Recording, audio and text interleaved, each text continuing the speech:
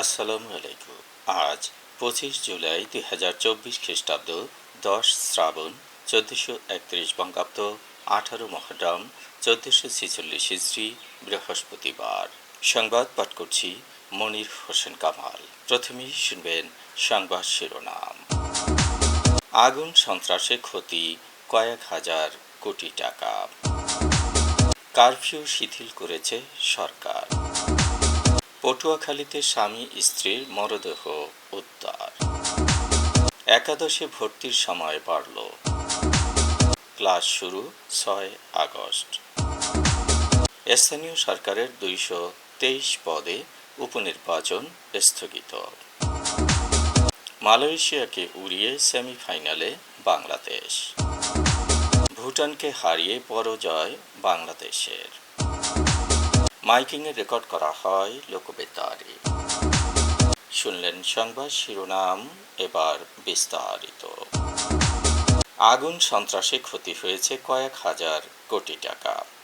ক্ষতিগ্রস্ত প্রতিষ্ঠানগুলো হচ্ছে বিটিভি ভবন, স্বাস্থ্য অধিদপ্তরের শতাধিক গাড়ি, সেতু ভবন সহ 50টি গাড়ি, সম্প্রসারিত টিকাদান কর্মসূচির কার্যালয়, ফার্মগেটে metro rail station, Diabari metro রেলের ডিপো, শনির আকড়ায় মেয়র মোহাম্মদ হানিফ ফ্লাইওভারের টোল প্লাজা, বিজ্ঞান গবেষণা কেন্দ্র, ধানমন্ডির পিটিআই অফিস, দুর্যোগ ব্যবস্থাপনা অফিস সহ শতাধিক গাড়ি, মহাখালীর data centre, submarine cable, Mohakhali corona হাসপাতাল, পুষ্টি ইনস্টিটিউট, স্বাস্থ্য অধিদপ্তর, বিআরটিএ ভবন, আফতাবনগর ওয়াসা শোধনাগার, বাড্ডা, নিউ মার্কেট ও নীলক্ষেতে পুলিশ ফাঁড়ি, রায়পুর পুলিশ কেন্দ্র, রামপুরা থানা, মেরাদিয়া পিবিআই কার্যালয়, উত্তরায় রেল লাইন, মৌচাক পুলিশ বক্স, বসিলা সিটি হাসপাতাল, কদমতলী মোহাম্মদপুর থানা, বরিশালে র্যাবের কার্যালয়,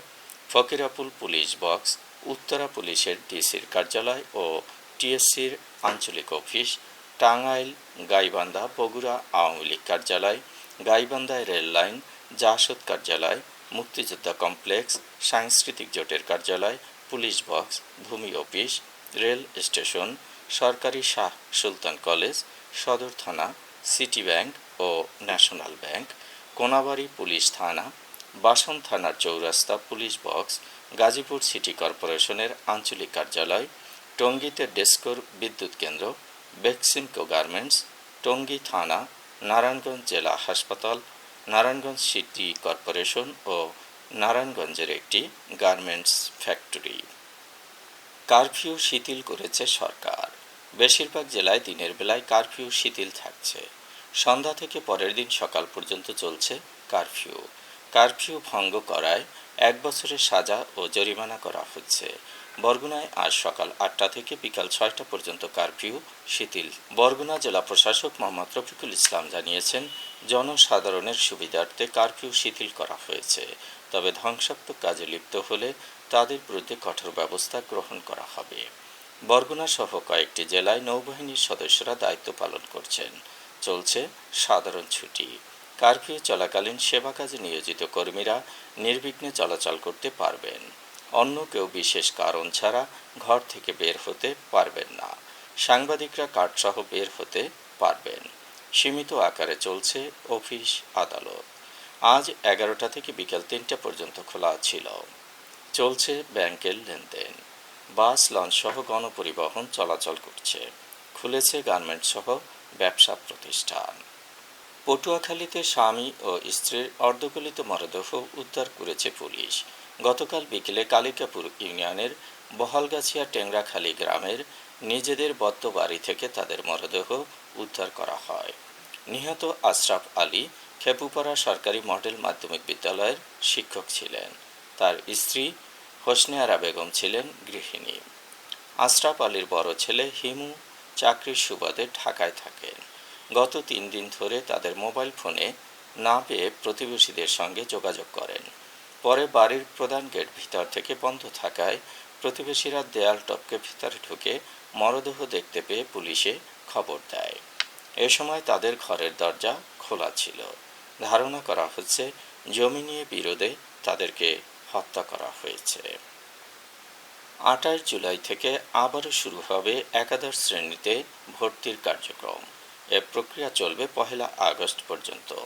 আন্তঃশিক্ষা বোর্ড সমন্বয় কমিটির সভাপতি অধ্যাপক তপন কুমার সরকারের সই করা বিজ্ঞপ্তিতে জানানো হয়েছে, আগামী 6 আগস্ট ক্লাস শুরু হবে। আগামী 27 জুলাই অনুষ্ঠিতব্য স্থানীয় সরকারের 223টি পদে উপনির্বাচন স্থগিত করেছে নির্বাচন কমিশন। কারফিউ এবং দেশের চলমান পরিস্থিতি বিবেচনায় এ সিদ্ধান্ত নেওয়া হয়েছে। পরবর্তী নির্দেশনা না দেওয়া পর্যন্ত ভোট গ্রহণ স্থগিত থাকবে। আগামী 27 জুলাই বিভিন্ন জেলা পরিষদের 23টি পদে, পৌরসভার 5টি পদে ও ইউনিয়ন পরিষদের 195টি পদে উপনির্বাচন হওয়ার কথা ছিল। নির্বাচনে ভোট গ্রহণ করা হবে ইলেকট্রনিক ভোটিং মেশিনে। সকাল 8টা থেকে বিকেল 4টা পর্যন্ত চলবে ভোট গ্রহণ। মালয়েশিয়াকে উড়িয়ে এশিয়া কাপের সেমিফাইনালে জায়গা করে নিয়েছে নিগার সুলতানা জ্যোতির দল। গতকাল ডাম্বুলায় মালয়েশিয়াকে 114 রানের বিশাল ব্যবধানে হারিয়েছে বাংলাদেশ নারী ক্রিকেট দল। সেমিফাইনালে জায়গা করে নিতে বাংলাদেশের দরকার ছিল বড় ব্যবধানের জয়। মালয়েশিয়ার বিপক্ষে লক্ষ্য পূরণ করেছে বাংলাদেশের মেয়েরা। ব্যাটিং তাণ্ডবের পর বল হাতে দারুণ পারফরম্যান্স উপহার দিয়েছে টাইগ্রেস বোলাররা। টস জিতে আগে ব্যাট করে বাংলাদেশ নির্ধারিত 20 ওভারে 2 উইকেট হারিয়ে 191 রান সংগ্রহ করে। এটি এশিয়া কাপে বাংলাদেশের মেয়েদের সর্বোচ্চ স্কোর। জবাব দিতে নেমে নির্ধারিত 20 ওভারে 8 উইকেট হারিয়ে মাত্র 27 রান সংগ্রহ করতে পারে মালয়েশিয়ার মেয়েরা। এই জয়ে টুর্নামেন্টের সেমিফাইনালে উঠে গেছে বাংলাদেশ। সেমিফাইনালে টাইগার্সদের প্রতিপক্ষ ভারত। সাব চ্যাম্পিয়নশিপের আগে ভুটানের বিপক্ষে 2টি প্রীতি ম্যাচ খেলছে বাংলাদেশ। গতকাল প্রথম ম্যাচে মুখোমুখি হয়েছিল দুই দল। ভুটানের চাং লিথিমান স্টেডিয়ামে শুরুতে গোল হজম করে পিছিয়ে পড়ে বাংলাদেশ, তবে দ্বিতীয়ার্ধে ঘুরে দাঁড়িয়ে 5-1 গোলের বড় জয় নিয়ে মাঠ ছাড়ে পিটার বাটলারের দল। ম্যাচের প্রথমার্ধে নিজেদের ঠিক সেভাবে মেলে ধরতে পারেনি বাংলাদেশ। কাউন্টার অ্যাটাকে ম্যাচের 13 মিনিটই গোল হজম করে বসে সফরকারীরা। বাংলাদেশের গোলরক্ষক রূপমা চাকমা ছোট পাস দিয়ে বল বাড়ান শিউলি আজিমের দিকে। তিনি বল ক্লিয়ার করতে চেষ্টা করতে ব্যর্থ হন। সেই বল নিয়ে দারুণ প্লেসিং শটে দলকে এগিয়ে দেন ভুটানের অধিনায়ক পেমা সোদেনসেরিং। 35 মিনিটে ব্যবধান বাড়াতে পারত ভুটান। সতীর্থের থ্রু বল ধরে বক্সে ঢুকে পড়েন ইয়েশে বিদার। তার শট ক্রসবারে লেগে ফিরে আসে। প্রথমার্ধে পিছিয়ে থেকেই বিরতিতে যায় বাংলাদেশ, কিন্তু দারুণভাবে ফিরে আসে দ্বিতীয়ার্ধে। ম্যাচের 49 মিনিটে সফরকারীদের সমতায় ফেরান সুরভি আকন্দ প্রীতি। সতীর্থের বাড়ানো বল ধরে বক্সে ঢুকে পড়েন তিনি। দারুণ দক্ষতায় দলকে সমতায় ফেরান সুরভি। 53 মিনিটে ব্যবধান দ্বিগুণ করেন দলের অধিনায়ক সাবিনা খাতুন। প্রীতির শট ভুটানের গোলরক্ষক ফিরিয়ে দিলে ফিরতি বলে শট করে গোল করেন বাংলাদেশ দলের সবচেয়ে অভিজ্ঞ এই ফুটবলার। 2 মিনিট পরে ঋতুপর্ণা চাকমার গোলে ব্যবধান 3-1 হয় 77 মিনিটে এবং যোগ করা সময়ে জোড়া গোল করে ভুটানের কফিনে শেষ ব্রেক ঠুকে দেন সাগরিকা। আগামী 27 জুলাই দ্বিতীয় ম্যাচে মাঠে নামবে বাংলাদেশ। মাইকিংয়ে রেকর্ড করা হয় লোকবেতারে। সুমধুর ও সুস্পষ্ট কণ্ঠে মাইকিংয়ের জন্য লোকবেতারের বিকল্প নেই। লোকবেতারের সানপুর স্টুডিওতে করা হচ্ছে গান ও নাটকের রেকর্ড। সেই সাথে লোকবেতারের নামমাত্র টাকায় প্রচার করা হচ্ছে বিজ্ঞাপন। 15 সেকেন্ডের বিজ্ঞাপন প্রচারিত হচ্ছে মাত্র 500 টাকায়। 30 সেকেন্ডের বিজ্ঞাপন 1000 টাকা, 45 সেকেন্ডের বিজ্ঞাপন 1500 টাকা আর 1 মিনিটের বিজ্ঞাপন প্রচার করা হয় মাত্র 2000 টাকায়। নির্ধারিত টাকার বিনিময়ে প্রতিদিন কমপক্ষে 5 বার করে পুরো 1 মাস বিজ্ঞাপন প্রচার করা হবে। মাইকিং ও বিজ্ঞাপনের জন্য যোগাযোগ করবেন 01755564445 নম্বরে। এবারে শুনবেন আবহাওয়ার খবর।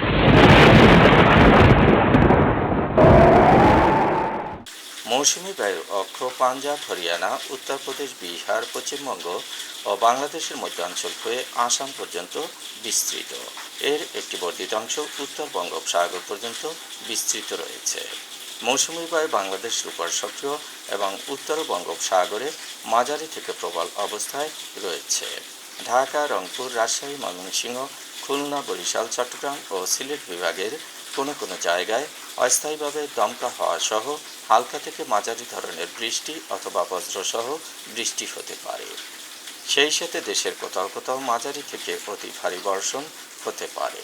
আজ দেশের সর্বোচ্চ তাপমাত্রা ছিল রাজশাহীতে 34.5 ডিগ্রি সেলসিয়াস এবং সর্বনিম্ন তাপমাত্রা ছিল বান্দরবানে 26 ডিগ্রি সেলসিয়াস। বরগুনার সর্বোচ্চ তাপমাত্রা 32.6 ডিগ্রি সেলসিয়াস, সর্বনিম্ন 26.2 ডিগ্রি সেলসিয়াস। আগামীকাল সূর্যোদয় হবে ভোর 5টা 25 মিনিটে। সংবাদ শেষ করার আগে শিরোনামগুলো আবার পড়ছি। আগুন সন্ত্রাসে ক্ষতি কয়েক হাজার কোটি টাকা। কারফিউ শিথিল করেছে সরকার। পটুয়াখালীতে স্বামী স্ত্রীর মরদেহ উদ্ধার। একাদশে ভর্তির সময় বাড়ল। ক্লাস শুরু 6 আগস্ট। স্থানীয় সরকারের 223 পদে উপনির্বাচন স্থগিত। মালয়েশিয়াকে উড়িয়ে সেমিফাইনালে বাংলাদেশ। ভুটানকে হারিয়ে পরাজয় বাংলাদেশের। মাইকিংয়ে রেকর্ড করা হয় লোকবেতারে।